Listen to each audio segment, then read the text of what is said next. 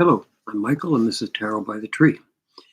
We've been working through the minor arcana, and we've just recently started the suit of coins. We've moved through the suit of staves and the suit of cups.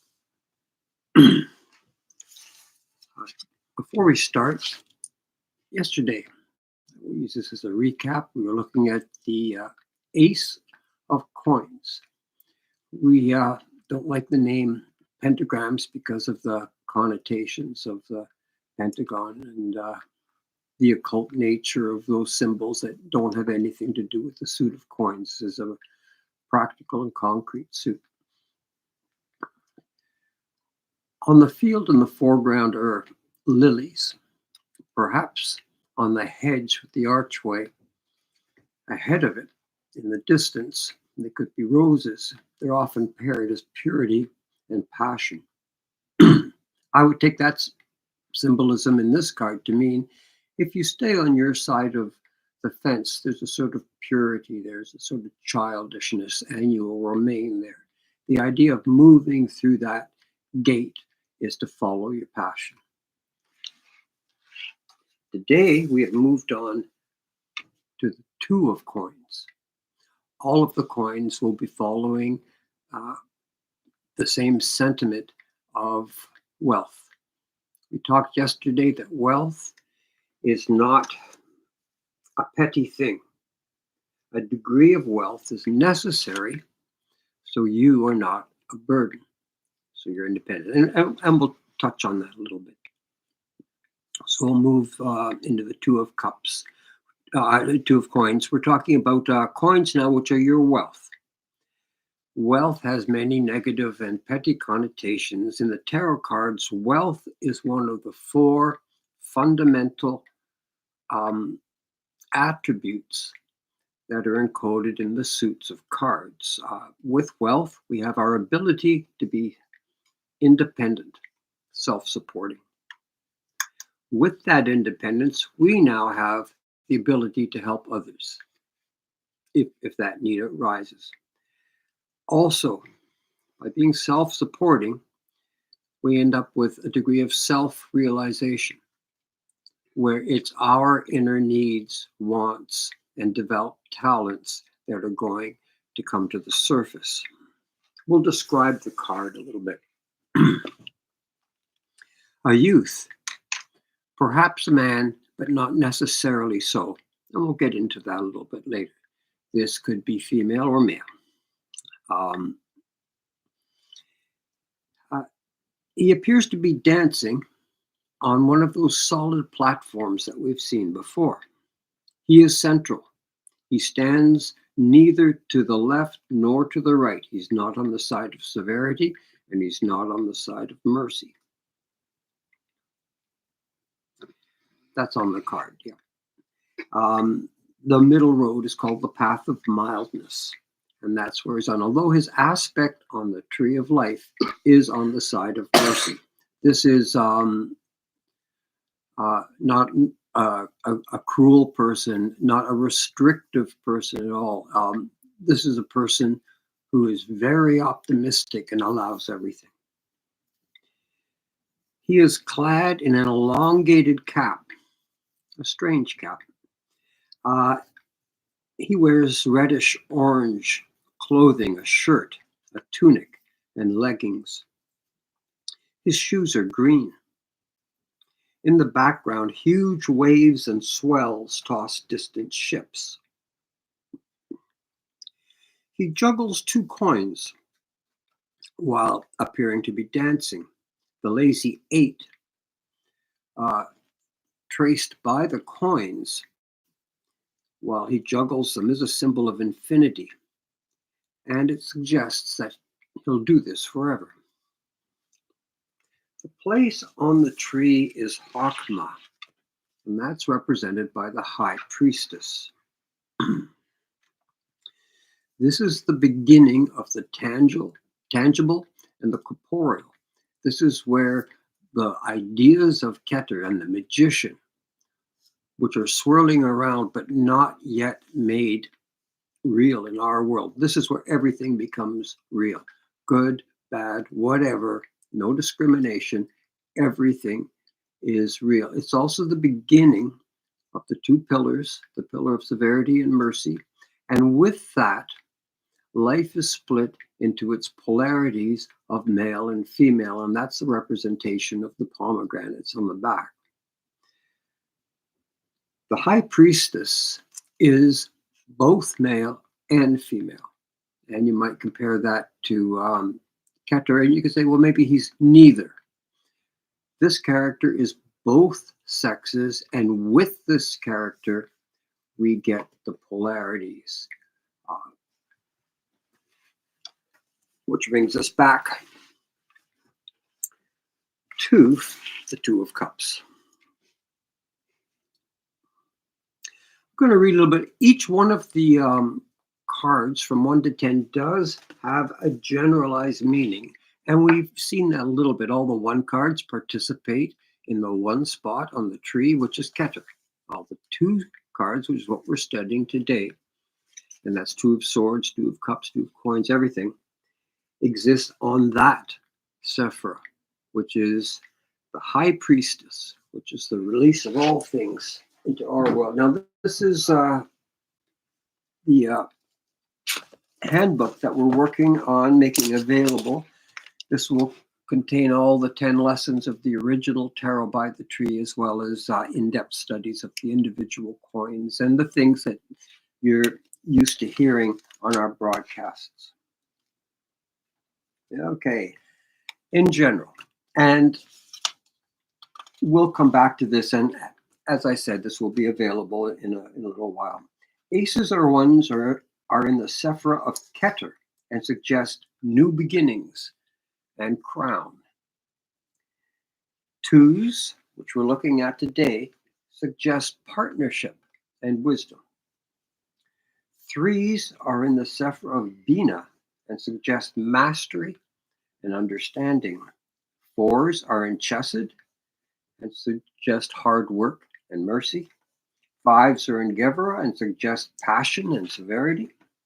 6s are in Tiferet and suggest growth and beauty. The 7s are all in Hod and suggest mysticism and victory. 8s are in Netzach and suggest opportunity and splendor.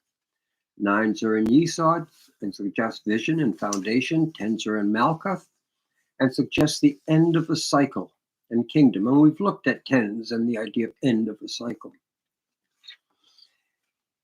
Pages suggest studies and messages. They're in Malkuth. Knights suggest apprenticeship and authority. They're in Yesod. Queens suggest understanding and control. They're represented in Tiferet. And kings suggest leadership and power. And they're in Keter. Let's see what Waite has to say about this card, about the 2 of Coins. A young man in the act of dancing has a pentacle in either hand, and they are joined by that endless cord, which is like the number 8 reversed, the divinatory meanings. On the one hand, it is represented as a card of gaiety, recreation, and its connections, which is the subject of the design. But it is read also as news and messages in writing, as obstacles, agitation, trouble, and embroilment. And I think he touched on a number of the concepts included in this card. It's a 2 of Coins. Some of the concepts include an early yearning.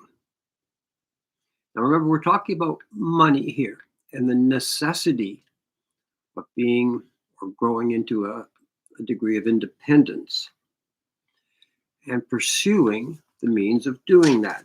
So the concepts in this card include early earning, pursuing every possibility. So this is actively searching for income and not disguising it as looking for your goal in life or something in line with all your emotions or something that will impress your friends or whatever.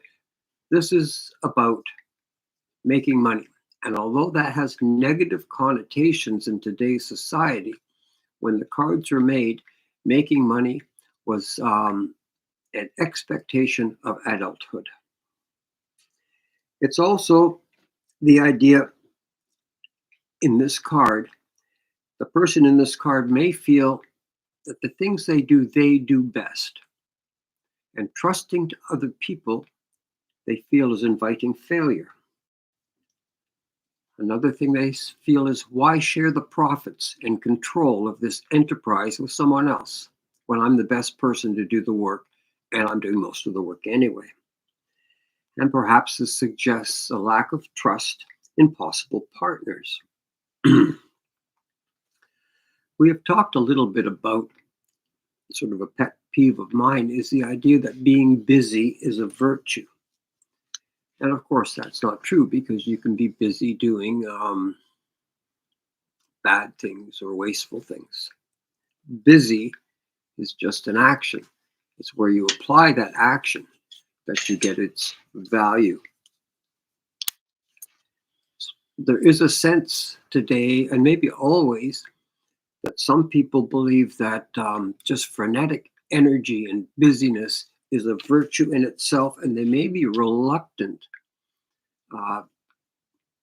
to cater a little bit to themselves and to their emotional well-being, their physical health, their social health, and all those things.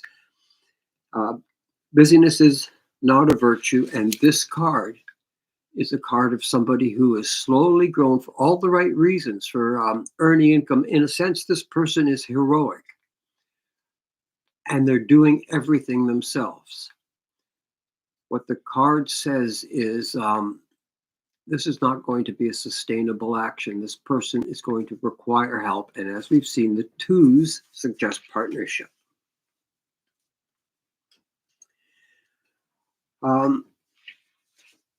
There is one other possible reading in this card, and that is to recognize that the work you're doing is too much, that the busyness is not sustainable. It will result in damage to you or what you're doing. It's not sustainable. And if no partner, if you are not at the stage where you are willing to share control, then the idea in this card is to reduce the work. You cannot juggle into infinity while step dancing in front of wild waves which don't allow anyone to come and relieve you or help you.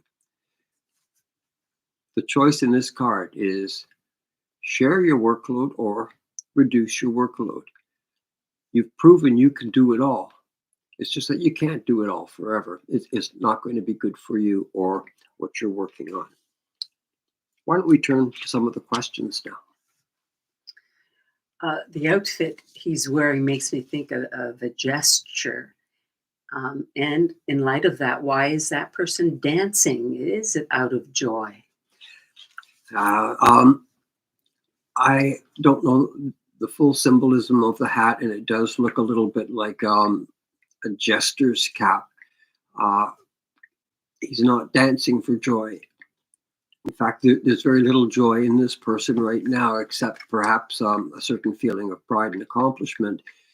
What he's doing is some sort of footwork necessary.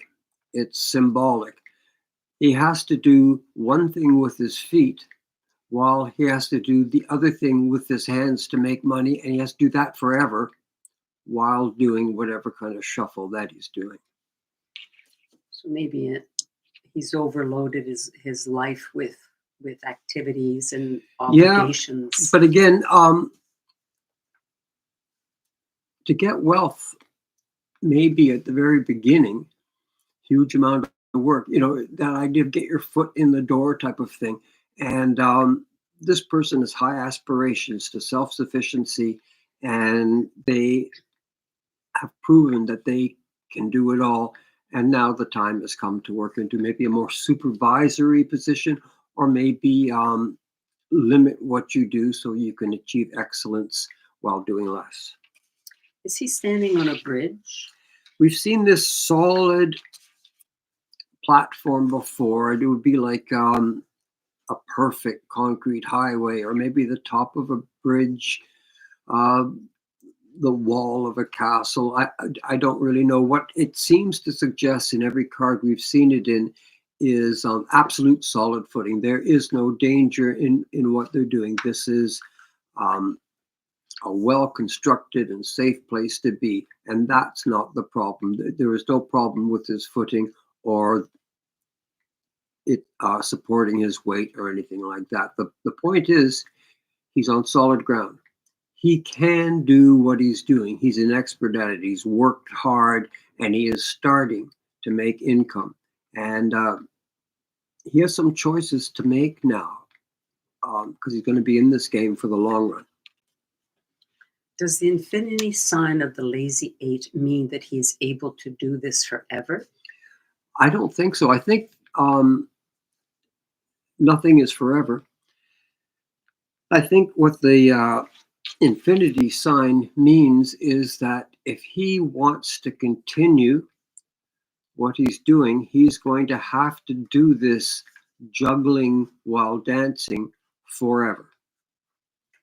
It's not that he can do it forever, it's that in order to be successful, he must do it forever. And human beings are human beings, and forever isn't really a part of us at any level. What do the ships represent? The ships represent comradeship and aid and help, supplies, people who can share the load and reduce his load. They are not able to come to his aid at all. They have to stay out at open sea. He is alone right now, and that's the point of a card of a 2 that suggests partnership. Is he does not have partnership now. He is an individual alone.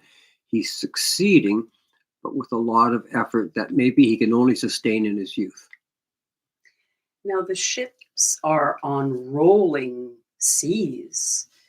Is there a significance to I that? think it's just a symbol that no ship's coming to shore today. That is what, and we've seen this type of thing in other cards, and it always seems to mean there is no possibility of hope at this moment. You're on your own. Why are his shoes green? The only thing I could come up with is that they share the color of the infinity loop, and the infinity loop suggests that his hands have to always be in action, and his shoes share that color, perhaps because they're always going to be sharing in that forever action. What does its place on the tree of life say about this person? Says this is an inclusive person.